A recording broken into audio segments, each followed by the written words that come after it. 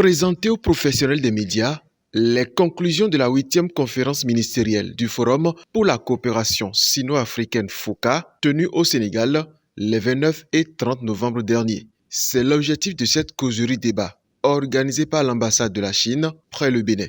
Au cours de la 2e édition des Mardis de la Chine, une initiative du réseau média pour la coopération sino-béninoise. La Chine et l'Afrique. Rassemblés autour du thème Conférence ministérielle du Forum sur la coopération sino-africaine, participation du Bénin et les retombées, l'ambassadeur de la Chine près le Bénin a exposé aux hommes des médias les 5 points essentiels issus de cette conférence de Dakar. Alors, quand on parle des succès ou bien des fruits de cette conférence, on peut en résumer sur 5 points.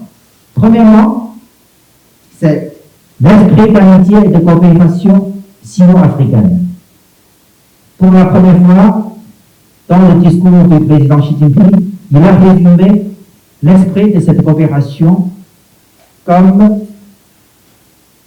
l'amitié sincère et l'égalité, le bénéfice mutuel et le développement commun, l'équité et la justice, ainsi que les progrès en phase avec notre époque, et l'ouverture et l'inclusion. Cet esprit est un trésor précieux entretenu par les deux parties à travers les luttes pour l'indépendance et la libération nationale et constitue une politique importante développée par les deux parties au cours des grandes marches de développement et de rivalisation et revitalisation, de solidarité et de coopération. Quelle que soit l'évolution de la situation internationale, quelles que soient les difficultés et les épreuves que nous rencontrons, la Chine et l'Afrique sont déterminées à renforcer la confiance politique mutuelle, à approfondir fermement la coopération pragmatique et à faire en sorte que cet esprit d'amitié et de coopération sino-africaine s'épanouisse et se transmette de génération en génération. Deuxièmement, la solidarité dans la lutte contre la COVID-19. Au début de l'apparition de la COVID, nous avons reçu des soutiens précieux venant de tous les pays africains. Et quand la COVID est arrivée en Afrique, la Chine est le premier pays à venir y apporter toutes sortes de ses soutiens. À la cérémonie d'ouverture, le président Xi Jinping a annoncé de donner 1 milliard de doses de vaccins aux pays africains pour dans l'année prochaine. Troisièmement, l'enrichissement de la coopération sino-africaine dans la nouvelle ère. En dehors des domaines conventionnels, traditionnels de coopération, et pour répondre aux attentes les plus urgentes des pays africains, les deux parties vont mettre à niveau davantage de nouveaux points forts dans les domaines tels que la santé, l'amélioration du bien-être de la population, le développement écologique, l'économie numérique et le renforcement des capacités.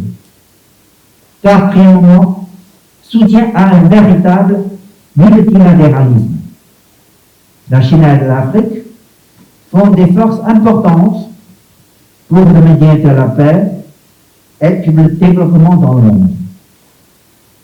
Nous continuerons à nous soutenir fermement l'un l'autre sur les questions d'intérêt fondamentaux et préoccupations majeures. Cinquièmement, construire ensemble une communauté d'avenir partagé.